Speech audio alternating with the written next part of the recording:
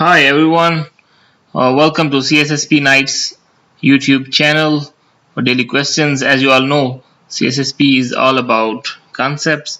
I'm Malik from Toronto, Canada. I'm hoping you have already read the CSSP books.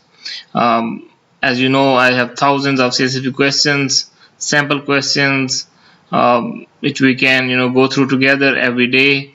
We'll select the wrong choices and see why the answer is wrong or correct. What's the reason for that? Okay, so let's start with the first question. Which of the following functions relies on the NTP protocol? So we have four choices. First thing first, we have to read the question at least 2 times. Okay, which functions rely on NTP protocol? Is it A, synchronizing time across the network? Is it B, encapsulating voice over IP? Is it C, transferring files? Or is it D, loading a boot record?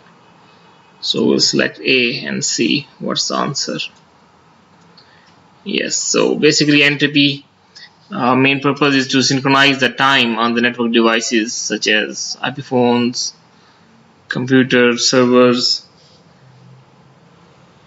and then they're mentioning about why we use transferring files. It does not rely on NTP because, as we all know, it's used by FTP and TFTP being for using even when data is sent by TFTP or FTP, data is sent as plain text.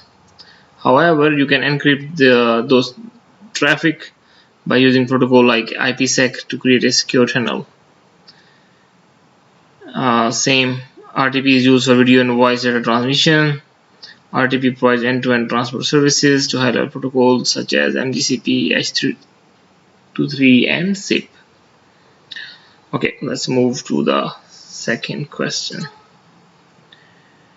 Okay, you are accessing the risk to 4 of your company's offices. Each office has been assigned a threat rating, vulnerability rating, and impact rating from 1 to 5 as shown below. Nashville, Raleigh, Seattle, Tampa. Which of them has the lowest risk? Going to count them, maybe 2 to 4 or 5, 9, 4, 9, 11, 9. Okay. As I told you earlier, we will go through the question at least 2 times. Accessing the risk to 4 of your company offices, you have been sensor rating 5.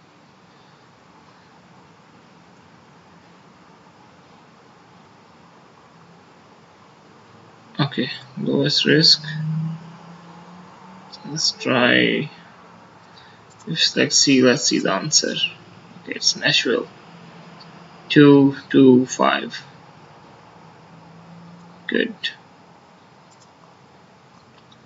Why? Here it explains risk is threat into vulnerability into impact. Okay, so here once we multiply them, it is 2 to 4 into 5, 20. Same 4, 3 into 2, 24, 25, and then 27. So yeah, 20 is the lowest one, so answer is Nashville. Hope you got it. So risk management is used by businesses to analyze and identify the risk to its assets. An asset is a resource that the company has. So to calculate the risk to an asset, you must first assess the threats, vulnerabilities, and potential impact. Threat is something that could cause harm to the asset. Let's move forward. Which of the following access control is an example of technical compensating access control? Technical, okay. Password prompt on an FTP server, a guard dog, which is physical, written company policy, mostly looks like admin, an automatic log of user, internet activity that record not compliance with the written company policy. So is it A, or is it D? So we have to see. Okay, what if we select A? So A is an example of technical preventive access control, not a technical compensating access control. So the importance is in the question itself. So when we talk about the compensating access control, then it's definitely the log of a user, whatever he did. Does it records non-compliance with the company policy or not? So we can further see, this is a very important concept. Okay, the access control types are most important, and definitely you will get 2 to 3 questions like in the exam. So a technical access control is implemented by using technology instead of physical entry or admin policy. For example, your company's internet usage policy might state that users should surf only approved websites. However, the proof of that activity is required to enforce that policy. Therefore, automatic logging software that records inappropriate internet activity for later reviews uses the technology to compensate for the enforcement problems inherent in the company policy.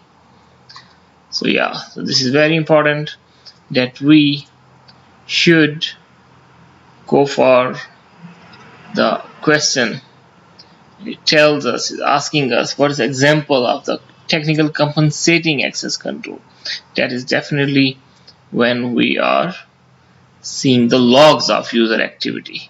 Okay, hope you got the answer. Then there are 7 categories of access controls. These are very important, you all need to know about them, like directive, deterrent, preventive, compensating, detective, corrective, and recovery.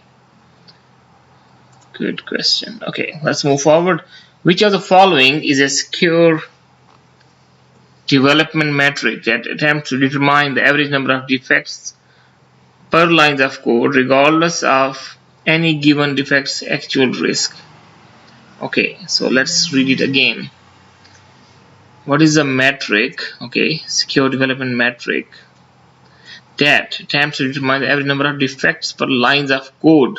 So we have it like a software code, and we have to find out the defects in those lines of code. So what should be the answer? Risk density, or function point, or line of code, or defect density? So I am going to choose between A and D. Yeah, defect density. Why? It's a metric that determines the average number of defects per LOC. Okay, and what is the risk density? Is a metric that ranks security issues in order to quantify the risk. So here, what is the question? How to determine the average number of defects per lines of code. So I'm choosing the wrong answers just to remember the right answers. So the right answer is defect density. Okay, it is very similar to risk density, except that the defect density treats all defects the same regardless of the risk that any given defect actually presents. Okay, let's go to our last question. Which of the following reasons best indicates why a company should have employees acknowledge that they have read and understood the company's security policy? Select the best answer. Actually wrong in my view. We have to select a wrong answer. Best indicates why a company should have employees acknowledge that they have read. To ensure that they understand policy, yes. To ensure the company is protected, yes. To ensure that they have read the policy. To ensure that they follow the policy.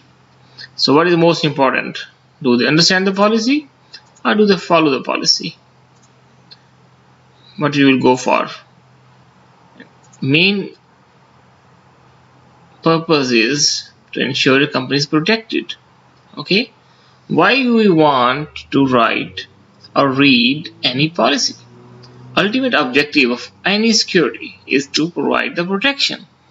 So the company should have employees acknowledge that they have read and understood the company's security policy to ensure that the company is protected. For example, if the hospital employee were to expose confidential confidential patient information, the hospital would need to prove that it took reasonable steps to secure the information, including whether the employee knew that the information should be secured.